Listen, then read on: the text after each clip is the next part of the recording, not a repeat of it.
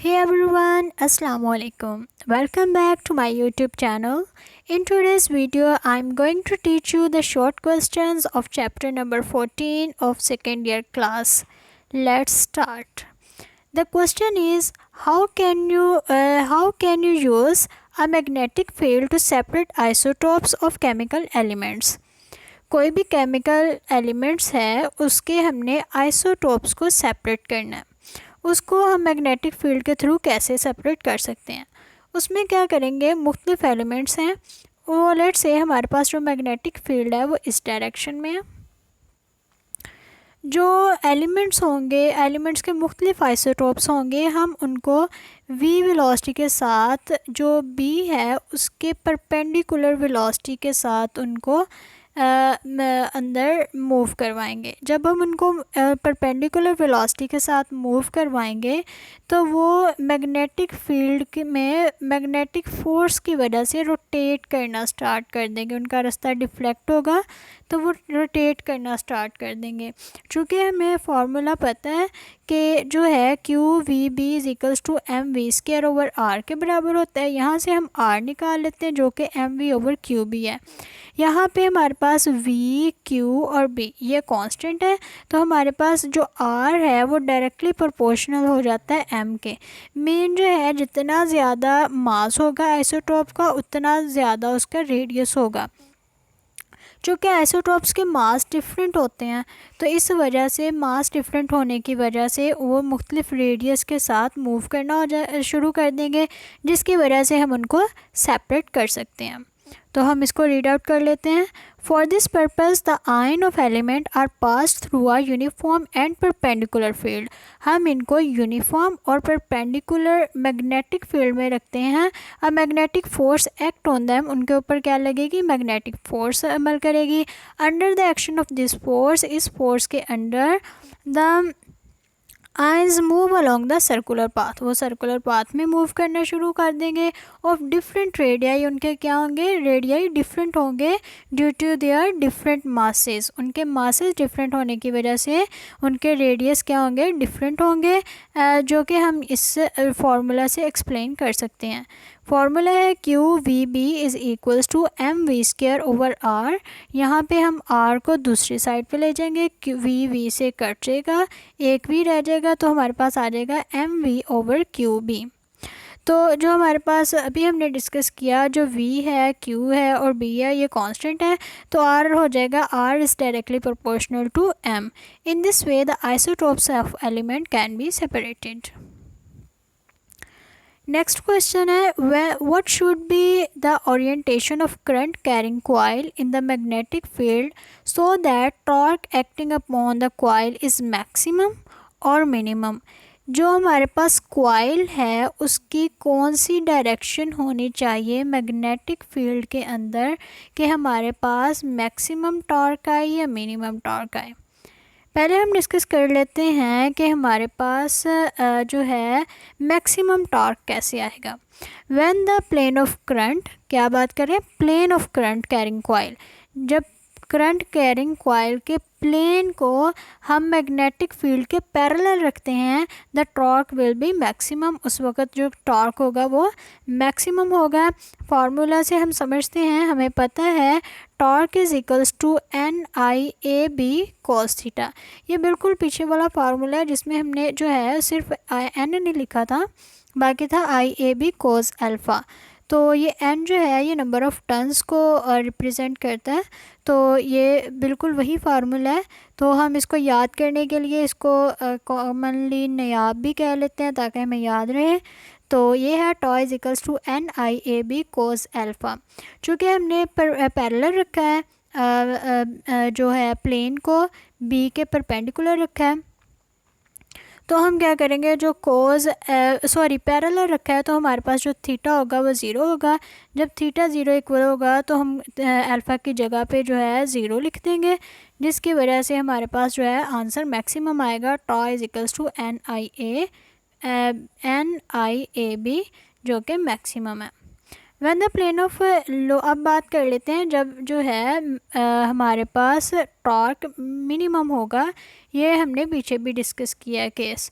When the plane of current carrying coil is held perpendicular to the magnetic field, जब हम उसके plane को magnetic field के perpendicular रखेंगे the torque will be minimum, तो torque क्या होगा, मिनिमम होगा।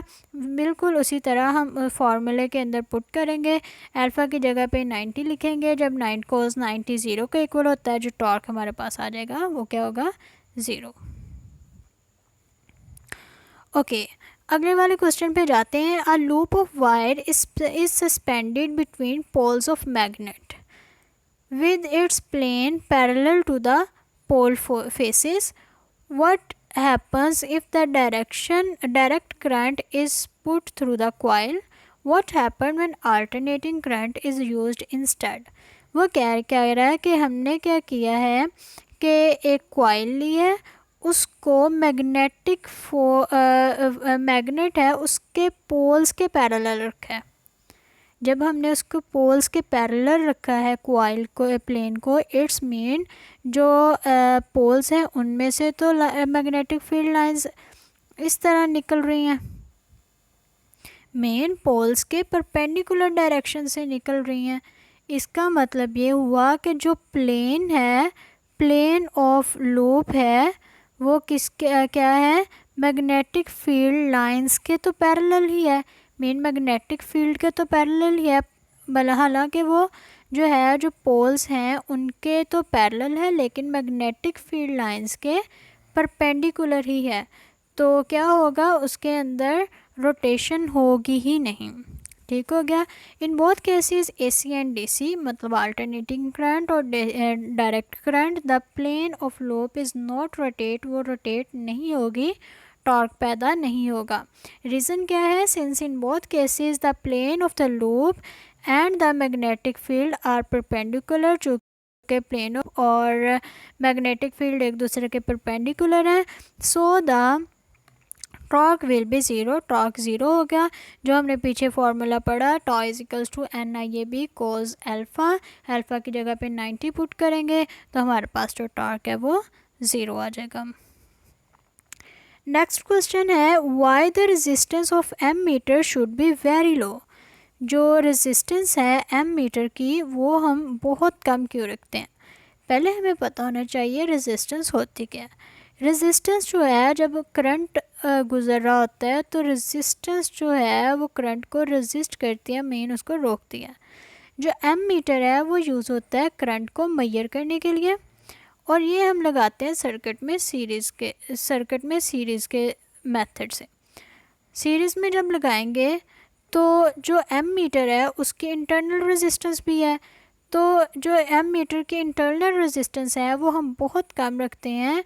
वो इसलिए कि जब सीरीज़ में से हमने इसको सीरीज़ में लगाया, जब इसमें से करंट पास करेगा तो बहुत ज़्यादा एनर्जी या बहुत ज़्यादा करंट जो है रेजिस्टेंस को ओवरकम करने के लिए यूज़ हो जाएगा, तो हमारे पास जो एक्चुअल वैल्यू ऑफ करंट होगी वो हम मेजर नहीं कर पाएंगे। As the ammeter is connected in the series with the circuit to measure the current, चूँकि हम जो है एम मीटर को सीरीज़ में लगाते हैं करंट मेजर करने के लिए, that's why it should have very low resistance, इसीलिए उसकी रेजिस्टेंस क्या होनी चाहिए, बहुत लो होनी चाहिए। If the resistance of ammeter is very high, अगर उसकी रेजिस्टेंस बहुत हाई होगी then it will become a load, फिर वो क्या बन जाएगा, लोड बन जाएगा, एंड विल चेंज और या डिक्रीज़ द सर्किट करंट, वो सर्किट का जो एक्चुअल करंट होगा उसको बहुत कम कर देगा। So the current will not be measured accurately, तो हमें एक्चुअल करंट का पता नहीं चलेगा, एक्चुअल करंट हम मेजर नहीं कर पाएंगे। क्वेश्चन नंबर आगे वाला क्वेश्चन है, why the voltmeter should have very high resistance. जो वोल्ट मीटर है उसकी रेजिस्टेंस बहुत हाई क्यों होनी चाहिए। In order to measure the potential difference between two points the voltmeter is always connected in parallel.